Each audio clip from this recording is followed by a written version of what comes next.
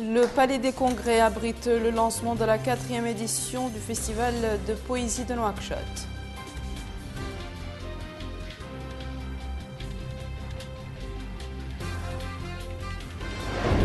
Début des travaux de l'atelier régional pour les coordonnateurs des pays du Sahel sur l'évaluation des résultats et la programmation des activités.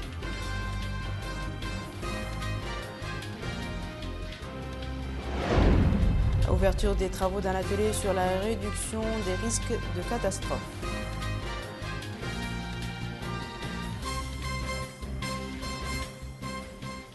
Merci mesdames et messieurs de vous joindre à nous. Avant de passer au développement de ces titres, d'abord ce décret présidentiel en date de ce jour est nommé président de la Commission nationale des droits de l'homme, M. Ahmed Salloum Bouhabouini.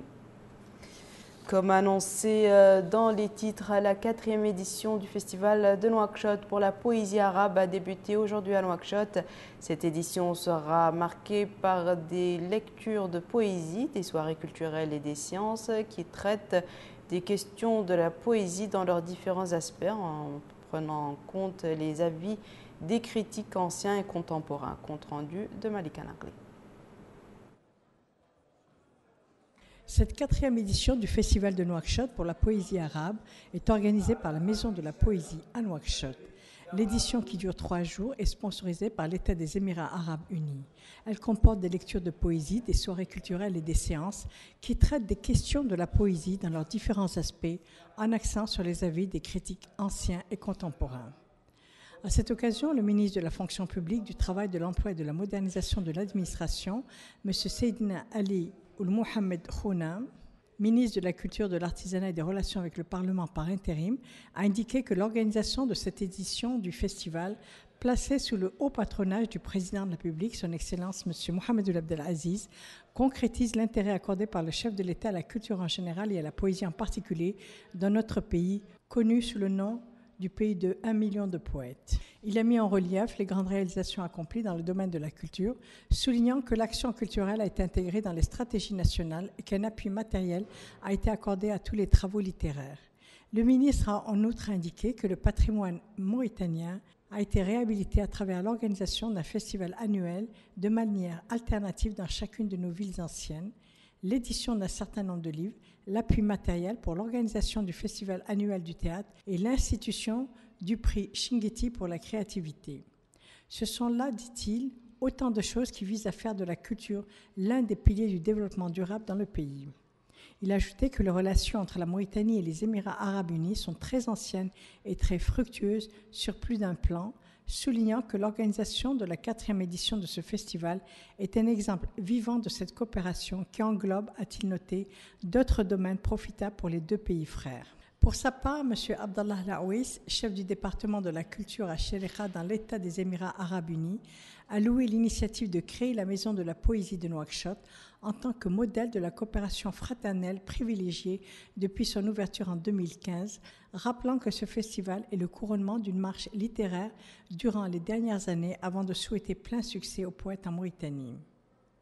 De son côté, le directeur de la Maison de la Poésie à Nouakchott, M. Abdallah Seyid, s'est dit réjoui de voir les Émirats arabes unis sponsoriser cette édition, soulignant que ce pays frère appuie depuis quelques années l'activité de la Maison de la Poésie à Nouakchott et dans plusieurs autres pays arabes. En marge de la cérémonie d'ouverture du festival, des certificats de reconnaissance ont été distribués à des poètes qui ont joué un rôle pionnier sur la scène littéraire mauritanienne. En l'occurrence, le poète Ahmed Ould Abdelkader, le poète Naji Mohamed Amin et le poète Ahmedou Yero Kida. Cette rencontre culturelle de haut niveau dans le pays d'1 million de poètes a été le lieu privilégié d'envolées lyriques dont la beauté et la force ont séduit le parterre. فاكتبه ملتزما يعطيك نبرته إن الطريق تنادي طرف عابرها. Démarrage également des travaux de l'atelier régional sur le renforcement de la résilience alimentaire et nutritionnelle au Sahel. Dans ce reportage d'Aminata Khan, découvrons ensemble les objectifs de cette rencontre régionale. Les participants à cette présente rencontre intitulée « Renforcer la résilience à l'insécurité alimentaire et nutritionnelle » vont jauger l'état d'exécution du projet au niveau régional et national, partager les expériences reçues dans le domaine précité sur la base d'une vision inclusive et participative et passer en revue les activités programmées cette année ainsi que et identifier leur mode opératoire. Supervisant l'ouverture de la rencontre, le secrétaire général du ministère du Développement rural, Ahmed Douloubou, a précisé que l'atteinte des objectifs tracés pour le programme nécessite un suivi minutieux de toutes les activités de la part des autorités compétentes. Ajoutons qu'une revue à mi-parcours du projet a été effectuée dans la plupart des pays concernés afin d'évaluer les activités exécutées et identifier les insuffisances pour pouvoir ressortir les forces et les faiblesses en vue de tirer les leçons et d'adopter les propositions et recommandations de nature à les améliorer. Le coordinateur national du projet a souhaité la bienvenue aux délégations. Le premier mot que je voudrais dire, c'est vraiment merci. Remercier les autorités mauritaniennes qui, depuis la semaine passée, nous ont accueillis sur leur territoire avec toutes les facilités pour notre séjour. Je voudrais également dire merci particulier à Madame la ministre du Développement rural, ici représentée par le SG, qui n'a ménagé particulièrement aucun effort pour nos hôtes ici présents. Le coordinateur régional du projet a quant à lui loué les efforts et les conditions offertes par notre pays pour la réussite de cette importante rencontre africaine.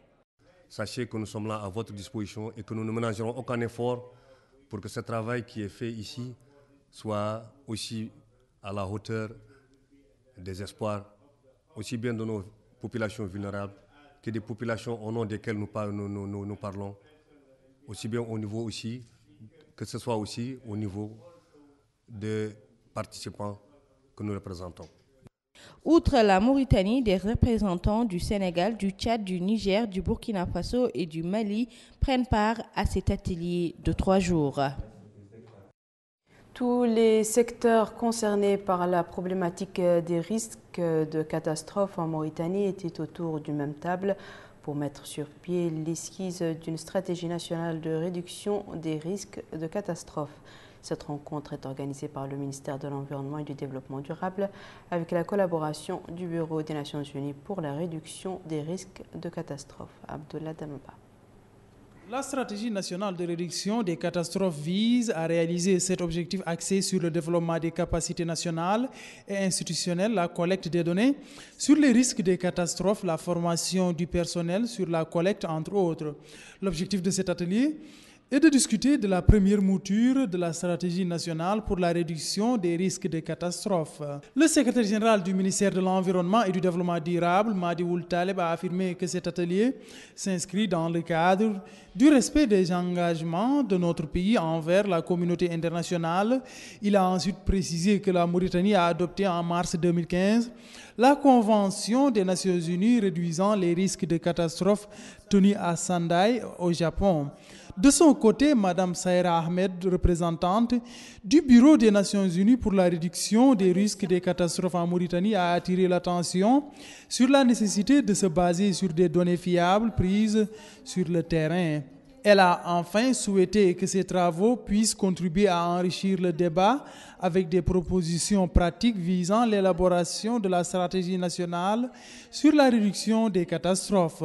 L'ouverture de cet atelier a été marquée par plusieurs présentations à propos de la stratégie nationale pour la réduction des risques de catastrophes en Mauritanie. La cérémonie de clôture de la formation organisée par la télévision El Mauritania en coopération avec le Centre culturel égyptien a été marquée par la distribution de prix aux bénéficiaires. Ces derniers ont été formés dans le domaine de la production télévisuelle et de l'écriture de scénarios. Les cours théoriques et pratiques ont été dispensés par des directeurs au sein de la télévision ainsi que le Dr Walid Seif de la République arabe d'Égypte.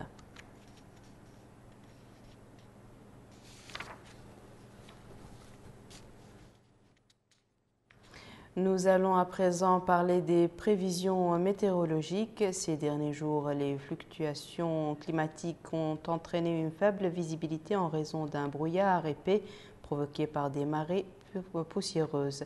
Pour vous édifier davantage sur les raisons du changement climatique, notre reporter Abdullah Damaba s'est rendu à l'Office national de la météorologie.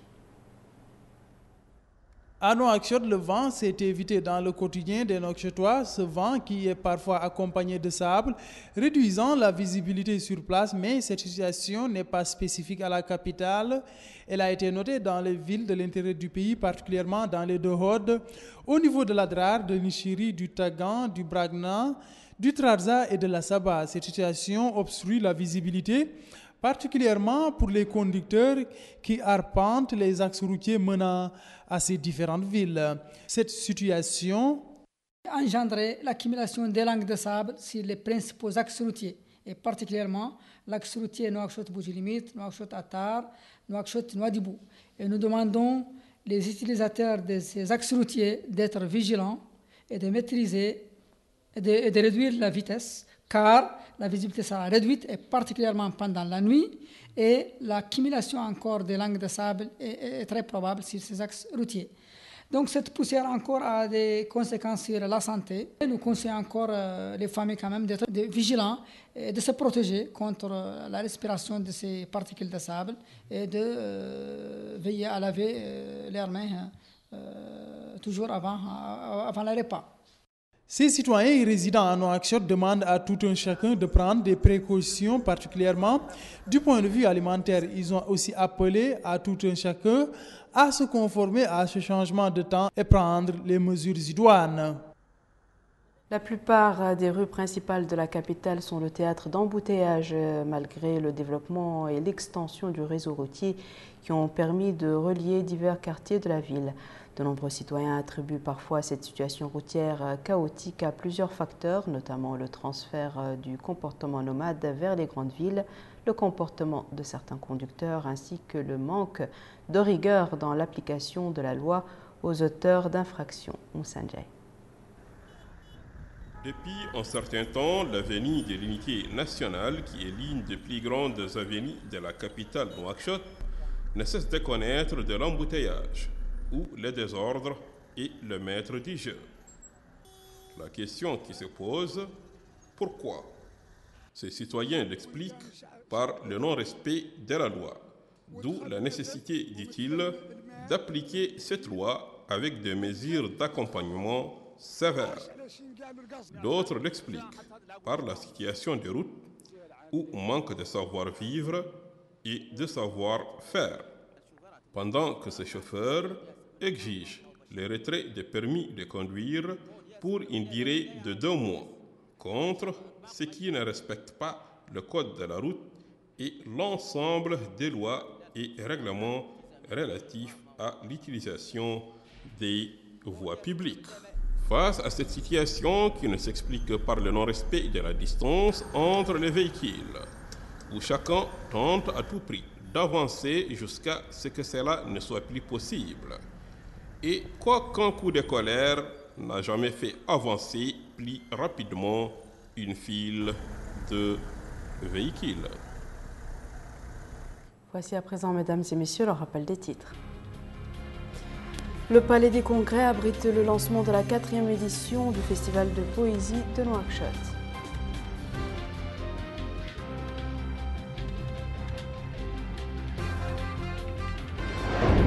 Début des travaux de l'atelier régional pour les coordinateurs des pays du Sahel sur l'évaluation des résultats et la programmation des activités.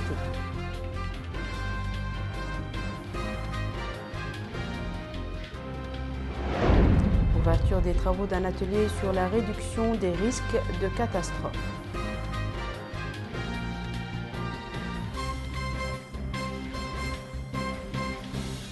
C'est la fin de ce journal, mesdames et messieurs. Merci à vous de nous avoir suivis. Merci de votre fidélité. On se retrouve demain à la même heure, Inch'Allah.